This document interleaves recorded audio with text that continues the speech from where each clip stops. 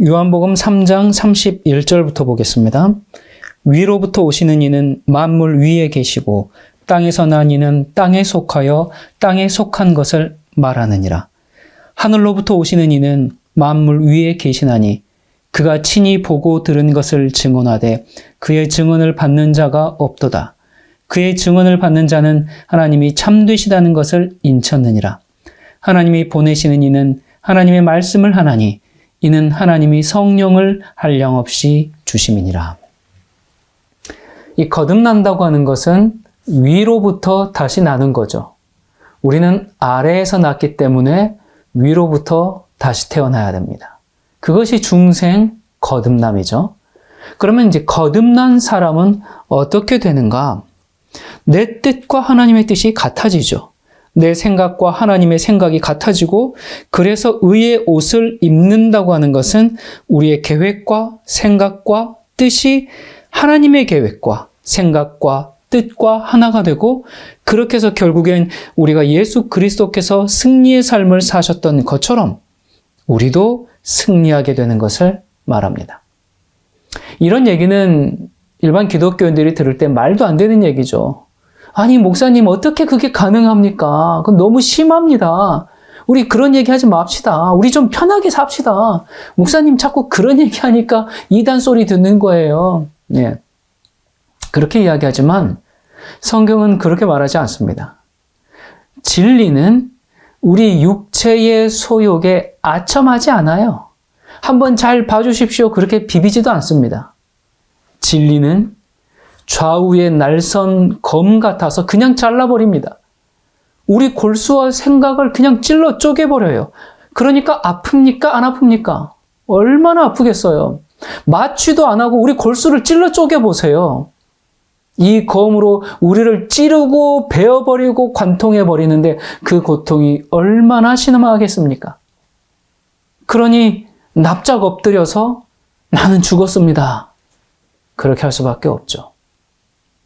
죄된 마음이 일어나고 죄된 행동이 나를 삼키려고 하면 그 진리의 검이 나를 그냥 베어버리는 겁니다. 그래서 주님 앞에서 나는 죽은 사람입니다 하면서 가만히 엎드려 있는 게 굴복이죠. 그런 사람들에게 하나님께서 무엇을 한량없이 주신다고 그랬습니까? 성령을 한량없이 주심이라. 그런데 예나 지금이나 사람들이 성령을 별로 받고 싶어 하지 않은 것 같습니다. 빛이 오면 어둠이 그 빛을 받아들여야 하는데 오히려 그 빛을 미워한다 그랬어요. 왜 그럴까요? 요한복음 3장 19절 보면 그 정죄는 이것이니 곧 빛이 세상에 왔으되 사람들이 자기 행위가 악함으로 빛보다 어둠을 더 사랑한 것이니라.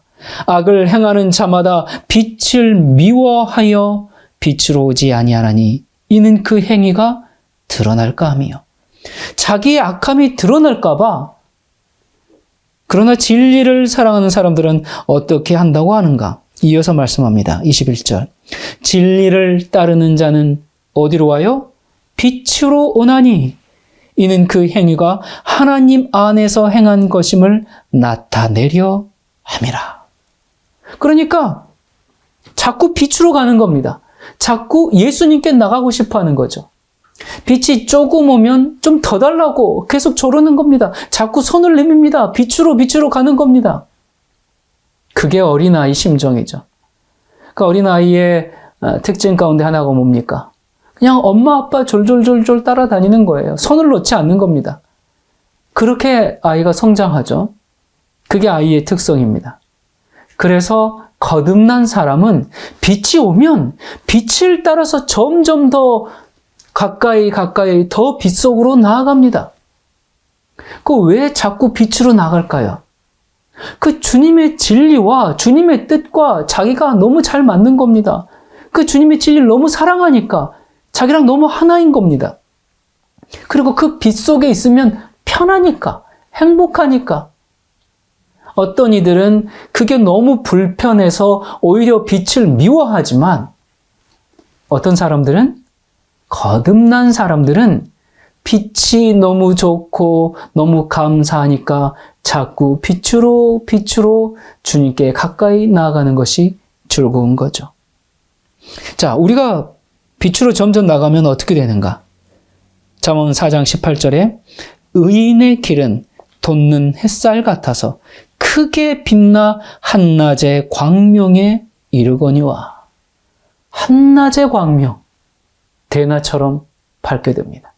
의인의 삶은 진리를 통해서 내 삶에 있는 모든 그 잘못된 성질들, 감사치 못한 마음들, 죄로 기우는 경향들 전부 드러나서 어떻게 돼요?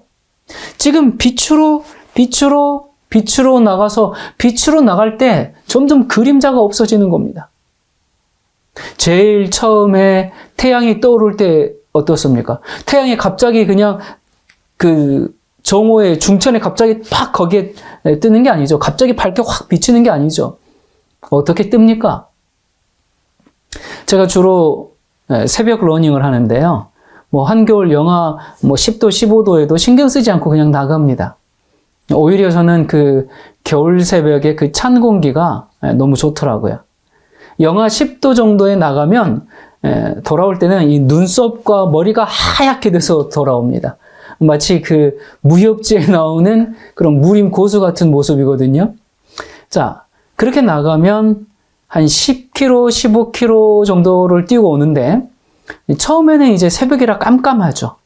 더군다나 이제 시골 농로다 보니까 가로등도 띄엄띄엄 있습니다. 그리고 이제 시작할 때는 서쪽 방향을 향해서 뛰거든요, 코스가. 그래서 이제 서쪽 방향 끝까지 가가지고 반환점에서 딱 돌면, 야, 저 멀리 산 위로 조금씩 붉게 물듭니다. 제가 새벽 러닝을 하는 이유가 이거 보려고 그렇게 새벽마다 길을 쓰고 나가는 겁니다. 어둠을 향해서 계속 달렸다가 딱 돌아올 때는 빛을 향해서 달려옵니다. 근데 이 서쪽을 향해서 달릴 때는 때로는 둥근 보름달이 머리 위에 있기도 하고요.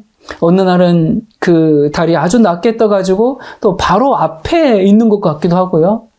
때로는 반달, 저승달, 때로는 아주 막 종말론적인 분위기의 그런 붉은 달, 정말 다양한 모습을 보여줍니다. 그러다가 이제 딱 턴을 하고 동쪽 방향으로 달려올 때는 감탄이 절로 나옵니다. 새벽 하늘이 깜깜하다가 제가 동쪽으로 딱 이제 방향을 틀 때부터 약간 이제 밝아지려 하거든요. 그런데 이제 제가 동쪽으로 계속 달려가면 달려갈수록 아주 그 진한 붉은 빛이 산을 불태웁니다. 그 아주 빨간 붉은 빛이었는데 그 다음에 분홍색으로, 그 다음에 점점 하늘색으로 이렇게 밝아지는 이 광경이 아침마다 저를 새롭게 하죠. 매일 아침 하늘이 다릅니다. 어떤 때는 구름 한 점 없이 깨끗한 그 붉은색에서 점점 밝아질 때는 제 마음도 깨끗해지는 것 같고, 또 적당한 구름이 있을 때든지 아니면 구름이 많이 꼈을 때는 그 또 다른 구름 사이에 비춰지는 햇살과 그 색감이 엄청난 또 웅장함을 만들죠. 그래서 그냥 그 감격을 더 크게 만들죠. 새벽 하늘을 볼 때마다 예술가이신 하나님을 경외할 수밖에 없습니다. 어쩌면 그렇게 매일 다른 하늘을 우리 인간들에게 선물해 주시는지, 세상의 모든 아티스트가 와도 이 하나님의 창조 솜씨를 흉내낼 수가 없죠. 제가 인간이 만든 어떤 예술 작품을 보고도 가슴이 뛰어본 적이 없는데 이 하나님의 창조를 보면 그 섬세함과 그 아름다움과 그 웅장함에 볼 때마다 정말 아침마다 가슴이 두근두근합니다. 그래서 저에게 있어서 러닝을 하는 시간은 하나님의 작품을 감상하는 시간입니다. 하나님의 사랑을 오감으로 느끼는 시간입니다. 그래서 저는 낮보다는 시시각각 이렇게 변화하는 새벽 러닝을 좋아하죠. 매일매일 하늘이 다르기 때문에 매일 봐도 지겹지가 않습니다. 그래서 러닝하는 분들에게는 새벽 러닝을 적극 추천합니다. 매일 이 감동을 느끼고 하루를 시작하면 얼마나 행복할지 모릅니다. 자, 아침에 해가 떠오를 때, 처음 떠오를 때 아직까지는 어때요? 어둠캄캄합니다. 죄들이 나무 뒤에 숨어 있고요. 다리 밑에 숨어 있고요. 또 집 뒤에 숨어 있고요. 아직 그 죄의 그림자, 그 비진리의 그림자, 편견과 선입견의 그림자가 있어요. 그러다가 어떻게 돼요? 그러다가 한낮의 광명에 이른다고 했죠. 우리가 그 온전한 빛, 온전한 진리에 나아가지 않았을 때는 내 속에 그 죄의 그림자가 있는 겁니다. 여러분, 이 땅에서 우리가 사는 시간들이 뭡니까? 무슨 시간입니까? 이 죄의 그림자를 저 밝은 빛 아래 다 태워버리는 시간이죠. 어둠과 그림자를 가지고 하늘에 갈 수가 없잖아요. 나 때문에 하늘이 어둠침침해지면 안 되잖아요. 그래서 빛의 기능은 분명합니다. 너 이런 죄들이 있구나. 그걸 보여줍니다. 내가 어떤 상태에 있는지 그걸 알게 해줍니다. 그게 하나님의 법의 기능이죠. 법은 우리를 정죄하든지 아니면 무죄라고 선언하든지 그 둘 중 하나의 기능밖에 없습니다. 그게 법입니다. 우리 자매님들이 몸무게가 한 10kg 늘었다면 이제 그러면 난리가 나죠. 예. 체중계 딱 올라갔는데 바늘이 쫘라락 하더니 한 10kg가 늘었어. 그러면 화가 나가지고 여러분들이 이 체중계를 집어 던져버립니까? 체중계 박살 낸다고 그 내 몸에 이렇게 붙어있는 살들이 체중계와 함께 사라집니까? 살이 없어집니까? 아니죠. 이게 그렇게 하는 행동이 뭐예요? 법을 폐하는 일이거든요. 법은 너 10kg 쪘어. 그걸 아주 타협 없이 알려줍니다. 끔찍합니다. 너무 정확하게 알려줍니다. 그러니까 법의 기능이 뭐예요? 너의 상태는 지금 이래. 그거 알려주는 기능을 합니다. 이 신학자들은 이제 그걸 법의 정죄라고 하는데요. 저는 정죄라기보다는 그 자신의 상태를 깨닫게 해주는 것이니까 계몽을 시켜주는 거죠. 법의 계몽입니다. 우리를 계몽시킵니다. 근데 체중계를 던져버린다고 해서 여러분 그 있던 살이 없어집니까? 네, 안 그렇죠. 많은 교회가 어떻게 합니까? 아, 사람이 어떻게 하나님의 법을 다 지킵니까? 그러면서 그냥 그 법을 집어 던져버립니다. 그런데 던져놓고 보니까 그것도 좀 아닌 것 같잖아요. 그래서 적당히 타협을 합니다. 여자들이 대규모로 체중계의 회사를 찾아가가지고 마이너스 10kg부터 그렇게 시작하게 해주세요. 안 됩니다. 아니 소비자들이 사겠다 그러는데 왜 그러십니까? 우리 만들어주세요. 안 그러면 우리 불매운동합니다. 막 그래가지고 마이너스 10부터 시작하는 그런 체중계를 만들었어요. 드디어 이제 이렇게 새로 나온 이 신제품 체중계를 딱 재보니까 드디어 내가 원하는 꿈에 그리던 몸무게가 착착 나오네요. 그러면서 나는 날씬해. 그렇게 거짓 평안을 갖고 살기 시작하는데 이건 치명적인 거죠. 왜 치명적입니까? 살 뺄 수 있는 기회를 없애버리는 거고 거짓 평안 속에 살다가 각종 성인병이 생길 수 있는 그런 상황이죠. 여러분 그런데 한번 생각해 보십시오. 지금 이게 오늘날 기독교의 모습 아닙니까? 많은 목사들이 내가 복음을 만들고 신자들도 내가 복음을 만들고 신학자들이 사람들이 듣기 좋아하는 신학을 만들어내면서 사람들을 취하게 만들고 있죠. 걱정 마십시오. 인생은 마이너스 10kg부터 10kg부터 그 정도는 괜찮습니다. 징계는 좀 받지만 구원은 잃어버리지 않아요. 이런 걸 바벨론의 포도주라고 하는 거죠. 사람들은 이렇게 할 수 있어도 하나님은 거짓말 하실 수 없는 분입니다. 하나님은 사람들의 요구 때문에 아이고 그래 내가 졌다 내가 졌어 그렇게 적당히 타협하시는 분이 아니죠. 사실 이 십계명이라는 법은 우리에게 요구하는 아주 최소한의 사항이죠. 십계명만 겨우 지키면서 산다고 그리스도인의 삶을 사는 거 아니죠. 여러분 십계명에 험담하지 마라 그런 말씀 있습니까? 없잖아요. 또 온유하라 그런 말씀 있습니까? 없어요. 겸손하라, 남 괴롭히지 마라 이런 말씀 없습니다. 그러고 보니까 이 10계명 사실 10가지에 뭘 얼마나 더 집어넣겠습니까? 그러니까 이 10계명은 정말 최소한의 사항만 아주 압축하고 압축해서 기록해 놓은 거죠. 우리가 하나님의 말씀을 지킨다, 따라 산다, 하나님의 법을 지킨다, 그것은 이 정도 하는 걸 말하는 게 아닙니다. 10계명에서 살인하지 말라 그랬잖아요. 우리 중에 살인 얼마나 합니까? 그 일반적입니까? 그러니까 우리 다 살인 안 하니까 10계명 지켰네 그렇게 말할 수 있나요? 근데 예수님께서 뭐라고 하셨습니까? 남을 미워하는 자도 살인하는 자라 그랬어요. 그리고 온유한 자가 땅을 기업으로 받는다 그랬습니다. 그러니까 온유한 사람이 새 하늘과 새 땅에 거하는 거죠. 그러면 온유가 뭡니까? 그냥 부드럽게 말하고 친절하고 그런 게 온유가 아니라 온유는 복수하지 않는 정신이거든요. 다시 말해서 온유는 원수까지 사랑하는 정신입니다. 온유는 남이 나를 무시할 때, 또 나를 공격할 때, 날 못 살게 굴고 조롱하고 그렇게 할 때 내가 남에게 잘못된 취급을 받아도 하나님을 신뢰하고 미워하지 않는 마음을 가지는 겁니다. 이게 거듭난 마음이죠.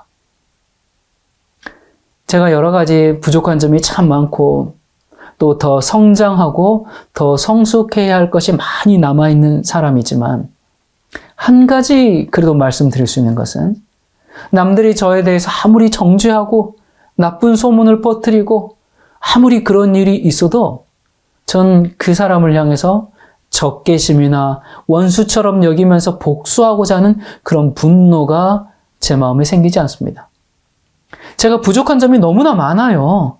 때론 인내치 못하고 또 말이 부드럽게 나가지 않을 때도 있어요.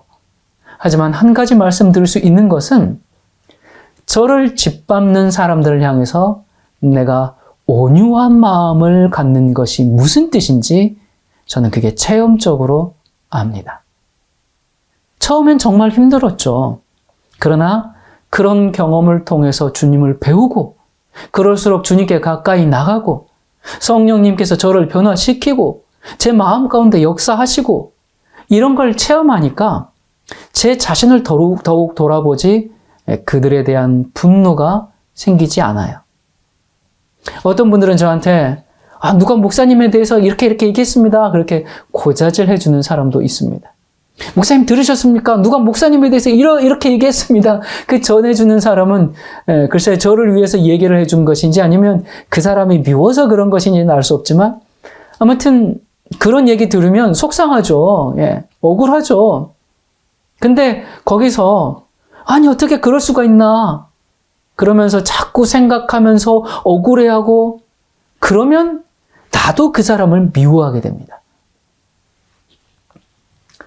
하지만 주님의 은혜로 저는 전혀 그럴 위인이 못 되는데 그 나를 미워하는 사람, 나를 싫어하는 사람, 내가 잘못되기를 바라는 그 사람에 대해서 그를 미워하지 않고 그가 잘 되기를 바라는 마음이 있음을 인해 하나님께 감사합니다. 온유함을 갖는다는 것, 그것이 무엇인지를 아주 약간이나마 체험적으로 이해하는 거죠.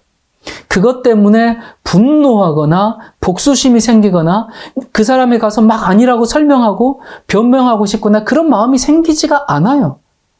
저는 원래 그런 사람이 아닙니다. 억울하면 못 견디는 사람이에요. 그런데 예수님을 묵상하고 말씀을 통해서 보니까 저랑 예수님이 자꾸 비교되는 겁니다. 나는 위로부터 안 태어났구나. 난 아래에서부터 난 사람이구나. 그게 보이는 겁니다. 말씀을 읽을 때마다 나에게 이런 문제가 있구나. 내가 이것이 부족하구나. 예수님께서 매 맞으실 때 재판장에서 고소당할 때 그 답변을 안 하시잖아요. 그냥 가만히 계시잖아요. 예수님께서 얼굴은 막 울그락불그락 하는데 겉으로는 막 참아내는 게 아니라 정말 내적인 능력 그대로 온유한 모습 그대로 아니 저야 뭐 아무 능력이 없으니까 그냥 때리면 맞아야 하지만 예수님은 능력이 있으신 분인데도 그냥 그 모든 걸 다 감내하셨습니다. 능력이 없는데 참는 것과 능력이 있는데도 참는 것은 차원이 다르죠. 예수님의 모습을 보니까 내가 너무 비교가 되는 겁니다. 우리가 교회 생활하다 보면 이런 일들이 좀 종종 있습니다. 가끔 어떤 성도님이 다른 분에게 저에 대해서 뭐 불만을 토로할 수도 있죠. 그래서 스트레스가 풀리고 또 도마 위에 올려놓고 뭐 썰어가지고 자기 스트레스가 풀리면 뭐 저는 썰려야죠. 예. 목사는 이제 그러라고 존재하는 거니까. 그런데 뭐 거기까지는 그럴 수 있다 쳐요. 근데 그 얘기를 들은 어떤 분이 제게 전화해서 알려줍니다. 아, 누가 목사님에 대해서 이렇게 얘기했습니다. 예. 그런 얘기를 왜 전해주는지 모르겠어요. 그런 얘기 들으면 기분이 유쾌하지 않죠. 예. 그런데 그런 얘기를 들을 때 무슨 생각이 드냐면, 아, 지금 이 나한테 전해주는 이분이 그냥 나한테만, 나에 관한 것만 이렇게 얘기를 해야 될 텐데, 오히려 전해주는 분이 걱정이 되는 겁니다. 그러니까 이분이 또 다른 사람에 대해서 누가 한 얘기를 들으면 또 그 사람에게 전화해가지고, 아, 누가 당신에 대해서 이렇게 얘기하더라고요. 아, 이러면 어떡할까? 이런 염려가 생기는 겁니다. 그래서 저에 대해서 욕하는 사람보다 그 얘기를 전해주는 사람이 더 걱정이 되는 거예요. 그렇게 말을 옮기는 사람 때문에 교회가 얼마나 어려워질지 참 염려가 됩니다. 우리는 정말 위에서 난 사람인가? 아니면 아래에서 난 사람인가? 위에서 났다고 해서 처음부터 완전한 광명에 이르는 것은 아니죠. 우리는 근본이 아래에서 난 사람들이기 때문에 우리는 계속 위를 향해 가야 합니다. 어디까지 가야 됩니까? 그 완전한 광명까지, 대낮까지. 해가 떠오르는데 새벽 여명을 비추는 그 햇빛을 보고 아, 내가 다 됐다. 그러면 안 되죠. 해가 뜨고 원만한 광명에 이르러 중천에 떠서 더 이상 어둠과 그림자가 없어질 때까지 우리 마음에 해가 떠야 합니다. 이건 개인의 경험에서뿐만 아니라 그 완전한 빛을 가진 교회가 마지막 시대에 등장해야 하죠. 계시록 12장 17절에 용이 여자에게 분노하여 돌아가서 그 여자의 남은 자손 곧 하나님의 계명을 지키며 예수의 증거를 가진 자들로 더불어 싸우려고 바다 모래 위에 섰더라. 그러니까 그 여자의 남은 자손은 개인이 아니라 교회입니다. 왜 개인이 아니라 교회가 등장해야 하죠? 여기서 말하는 교회는 건물교회 또는 우리 교회를 말하는 게 아닙니다. 우리 교회가 거기에 포함돼야 되죠. 우리 옛사랑교회가 그 교회 안에 들어가야 합니다. 이들은 마지막 시대에 정말 진실하게 믿고 완전한 대낮에 이른 그 성도들의 무리를 말하죠. 이들이 바로 넷째 천사입니다. 넷째 천사의 역할이 뭡니까? 계시록 18장 1절에 2일 후에 다른 천사가 하늘에서 내려오는 것을 보니 큰 권세를 가졌는데 그의 영광으로 땅이 환하여 지더라. 그러니까 그들로 말미암아 땅이 환해집니다. 왜 환해질까요? 완전한 빛을 받은 사람들이니까 다시 그 완전한 빛으로 세상을 밝히는 겁니다. 제가 이 넷째 천사 설교를 했더니 어느 날 손 목사가 자기가 넷째 천사라고 했다. 넷째 천사인 자기를 따라야 한다고 그렇게 주장한다. 구원받으려면 그 넷째 천사 교리를 믿어야 된다고 한다. 그렇게 둔갑해버렸더라고요. 정말 자고 일어나니까 사이비 교주가 되어 있었습니다. 저를 모르는 사람들이 그랬으면 충격이 좀 덜했을 텐데 그때 제 마음에 어려움이 좀 있었습니다. 넷째 천사는 마지막 시대 이 세상에 등장하는 한 교회입니다. 이 교회는 다시 말하지만 우리 교회를 말하는 게 아니라 하나님의 계명과 예수의 믿음을 가진 그 사람들, 불러냄을 받으신 그 사람들을 말합니다. 그리고 우리 교회가 거기에 포함되어야 하는 거죠. 우리 교회가 넷째 천사가 되어야 합니다. 근데 어떻게 이게 손목사가 자기가 넷째 천사니까 나를 따르라 그렇게 둔갑했는지 참 알 수가 없습니다. 빛 가운데로 나아가지 않는 사람들의 그 시기, 질투, 인간의 죄된 한계, 안타깝고 슬픈 우리의 현 주소죠. 이 넷째 천사를 다른 말로 예수의 증인, 또 14만 4천이라고 합니다. 계시록 14장 1절. 또 내가 보니 어린 양이 시온산에 섰고 그와 함께 14만 4천이 섰는데 그 이마에 어린 양의 이름과 그 아버지의 이름을 쓴 것이 있도다. 그러니까 이게 지금 다 같은 말입니다. 하나님의 계명과 예수의 믿음을 가진 마지막 시대의 교회를 지칭하는 말이거든요. 자, 그런데 왜 그 여자의 남은 자손, 넷째 천사, 예수의 증인, 14만 4천 이렇게 불리는 그 교회가 등장해야 하는가? 도대체 이유가 무엇인가? 인류 역사 가운데 태어났던 모든 사람들은 반드시 하나님의 심판대 앞에 서게 됩니다.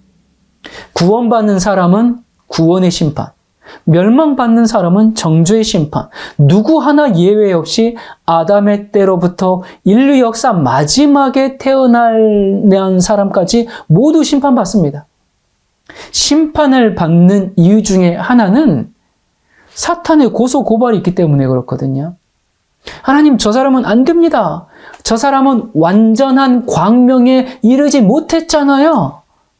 다시 말해서 완전한 빛을 받지 못하고 자기가 받은 그 작은 빛대로만 충성하다가 죽은 사람들을 예수님 재림할 때 예수님께서 무덤에서 이제 부활시키니까 마귀가 뭐 하겠어? 이 무덤 저 무덤 뛰어다니면서 이 사람은 안 됩니다. 이 사람은 구원받을 자격 없어요. 이 사람은 그 빛을 안 받았기 때문에 이것을 행하지 않았고요. 저 사람은 저것을 지키지 않았고요. 예, 이거 안 됩니다. 그렇게 사탄 마귀가 그렇게 할 것을 주님이 아세요. 그게 사탄의 직업이에요. 그 사탄 그거 하는 겁니다. 그럴 때 예수님께서 사탄아, 너 참 시끄럽구나. 너 예나 지금이나 참 변하지 않았구나. 알았으니까 잠깐 있어봐라. 그러면서 예수님이 누굴 불러요? 누굴 부르십니까? 예수의 증인을 부르십니다. 예수의 뭐요? 증인. 사탄이 지금 저 사람들은 구원받을 자격이 없습니다. 이렇게 고소하고 있잖아요. 예수님은 우리 아주 유능한 변호사신데 변호사가 하는 일이 증인을 부르는 일입니다.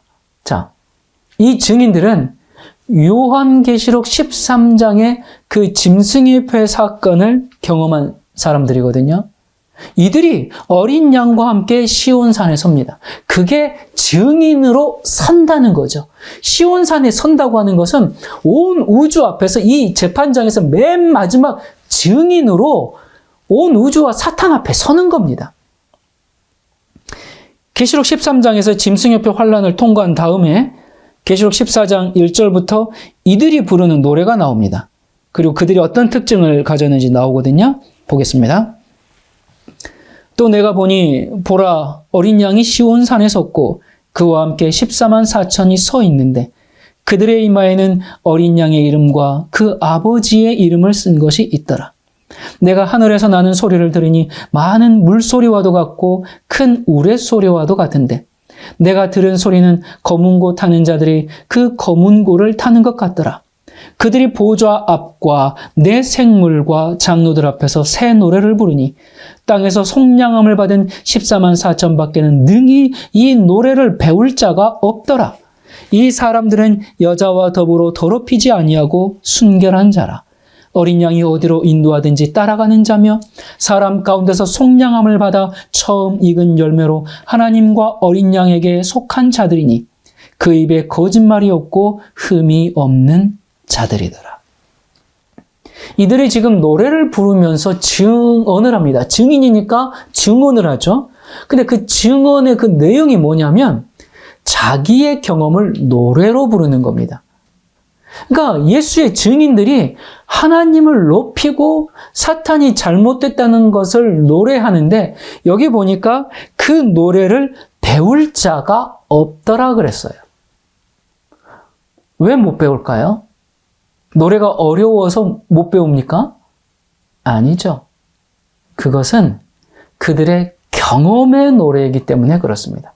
남의 경험을 내가 부를 수가 없어요. 그래서 요한계시록 14장에 새 노래를 부른다고 했고요. 계시록 15장에는 그 새 노래가 무엇인지를 설명을 합니다. 15장 2절입니다. 또 내가 보니 불이 섞인 유리바다 같은 것이 있고 짐승과 그의 우상과 그의 이름의 수를 이기고 벗어난 자들이 유리바닷가에 서서 하나님의 검은 고를 가지고 하나님의 종 모세의 노래 어린 양의 노래를 불러 이르되 주 하나님 곧 전능하신 이시여 하시는 일이 크고 놀라우시도다. 만국의 왕이시여 주의 길이 의롭고 참되시도다. 이 노래는 증인의 노래입니다. 이들이 노래를 부르는데 그 자기 경험의 노래입니다. 뭘 부르냐면 주 하나님께서 하시는 일이 크고 놀랍습니다. 이 개역 한글에는 이 일이 크고 기이하시도다 그렇게 기록됐습니다. 그러니까 놀라움을 넘어서 정말 기이한 일인 겁니다. 이것이 경건의 비밀이죠. 그래서 베드로후서에도 그의 신기한 능력으로 생명과 경건에 속한 모든 것을 우리에게 주셨으니 그랬잖아요. 이게 다 이렇게 연결되는 얘기거든요. 그러면 뭐가 그렇게 놀랍고 뭐가 그렇게 기이하고 뭐가 그렇게 신기한데 나를 구원하시기 위한 예수님의 성육신, 그리스도의 십자가, 성령님의 호소와 그리스도의 중보하시는 그 역사, 이 모든 게 너무 신기한 겁니다. 나 같은 죄인을 애굽에서 구원해 내셨거든요. 그래서 모세의 노래입니다. 죄에서 나를 구원해 내시니까 모세의 노래이고 그 죄의 결과에서 나를 구원해 내셨으니까 어린 양의 노래입니다. 그래서 하나님께서 그들을 죄에서 구원해 내신 역사를 하나님의 능력은 크고 신비하고 기이하십니다라고 찬송을 부르는 거죠. 그리고 그 찬송을 부르고 나서 만국의 왕이시여 주의 길이 의롭고 참되시도다. 그 주님의 길은, 주님의 도는, 주님의 가르침은, 주님의 복음은, 이 모든 대속의 역사는 의롭고 참되십니다. 왜 그래요? 주님께서 나 같은 죄인을 저 깊은 구렁텅이에서 건져내시고 구원하신 그 역사는 신비해서 이루 말할 수가 없습니다. 어떻게 나 같은 자가 온유함을 배웠습니까? 어떻게 나같이 자존심이 강한 자가 겸손하길 배웠습니까? 어떻게 나 같은 자가 계명을 어기는 그 소욕이 올라오지 않을 정도로 변함을 받았습니까? 주님의 역사는 크고 놀랍습니다. 그렇게 찬송을 부릅니다. 이 증인들의 증언을 들으신 예수님께서 사탄에게 뭐라고 하십니까? 자, 봐라. 이들을 봐라. 내가 주는 모든 빛을 받고 이해하고 또 그 빛대로 살았던 자들이 여기 증인으로 있다. 그렇게 그 말씀을 하시는 겁니다. 그러면서 지금 내가 무덤에서 부활시키는 이 사람들도 예수의 증인들과 동일한 믿음을 가지고 있다. 비록 이들이 빛을 다 받지 못했지만 성경의 진리를 온전히 다 깨닫지 못했지만 그러나 이 사람들도 자기들이 받은 빛대로 얼마나 신실하게 살았느냐. 그러므로 이들에게 그 마지막 시대에 주었던 그 완전한 빛을 주었다면 이들도 예수의 증인처럼 똑같은 이런 찬송과 경험의 노래, 새 노래를 불렀을 것이 아니냐. 그래서 이러한 예수의 증인들 때문에 마지막 시대에 그 복음의 증거를 드러내는 그 마지막 교회 때문에 땅속에서 잠자고 있는 수많은 의인들이 사탄의 참소에도 불구하고 생명의 부활을 하게 되는 거죠. 그래서 증인은 말 그대로 특별한 사람들입니다. 왜 증인이 필요합니까? 의인을 구원해서 하늘에 데려가려면 사탄의 고소를 거치고 심판을 거치고 나서 그들을 구원하셔야 하니까 하나님 입장에서 보면 사실 이렇게 할 필요가 없어요. 아니, 내가 하나님인데 뭔 말이 많아, 비켜. 내가 다 알아서 하는 거야. 내가 이거 일일이 다 설명해야 해? 뭐 하나님 그렇게 하실 수 있잖아요. 그렇게 뭐 하셔도 뭐 우리든지 뭐 사탄이든지 뭐 할 말이 없습니다. 하나님 어른이 다 알아서 하셨겠어요. 하나님 공의로우신 분이니까 뭐 그렇게 하나님 하셨겠죠. 우리는 그저 그냥 그랬구나. 그거 보고 결과만 보고 신뢰할 수밖에 없어요. 그냥 하나님께서 너는 구원, 너는 안 돼. 그렇게 하시면 그냥 그런 거죠. 네. 그런데 그렇게 안 하세요. 그것은 이 죄의 역사를 이토록 오래 지나도록 허용하시는 이유와 같습니다. 인간과 천사들의 마음에 하나님이 행하시는 그 일들에 대해서 다시는 마음의 의혹이 생기지 않게 하기 위함이죠. 그래서 사탄의 고소를 침묵시키고 이 법정에서 승리해서 오히려 고소자인 사탄이 영원한 멸망을 받게 되는 근거가 바로 누구 때문에? 예수의 증인 때문이죠. 이게 성경 역사의 마지막 장면인데 이렇게 보면 이 예수의 증인의 역할이 얼마나 중요합니까? 이 증인들이 없으면 예수님이 재림하실 수가 없어요. 그렇다면 이 마지막 시대 여러분과 제가 이 땅에 태어나서 그리스도를 알고 복음을 믿게 된 것은 그저 용서받고 구원받기 위함이 아니죠. 우리가 이 시대에 태어난 것은 엄청난 특권입니다. 우리가 이 시대에 살게 된 이유가 뭔지 아십니까? 바로 예수의 증인이 되라고. 그 완전한 광명, 그 대낮 같은 빛으로 말미암아 예수의 증인이 되기 위함이에요. 완전한 빛을 다 받은 그 예수의 증인은 역사 가운데 없었습니다. 오직 이 마지막 시대에만 존재해요. 요한계시록에 낱낱이 풀어지고 그 예언들이 성취되는 이 시대에 우리는 지금 살고 있습니다. 그래서 우리는 짐승의 표 환란을 두려워할 게 아니라 그 환란을 통해서 우리를 영원히 빛나는 그 예수의 증인으로 세우시려는 하나님의 부르심입니다. 그래서 우리 예수의 증인의 후보는 그저 그 새벽빛에 만족하면 안 됩니다. 점점 더 밝아져서 우리는 완전한 대낮 앞에 서 있어야 됩니다. 그런데 여러분, 이 일은 우리가 결심한다고 되는 게 아니죠. 우리는 도무지 할 수 없는 일입니다. 아무리 죽었다 깨어나도 이건 안 되는 일입니다. 그래서 말씀하시기를 로마서 8장 2절 이는 그리스도 예수 안에 있는 생명의 성령의 법이 죄와 사망의 법에서 너를 해방하였음이니라. 4절 육신을 쫓지 않고 그 영을 쫓아 행하는 우리에게 율법의 요구를 이루어지게 하려 하심이니라. 이 말씀이 오늘 저와 여러분에게 실현되기를 간절히 바랍니다.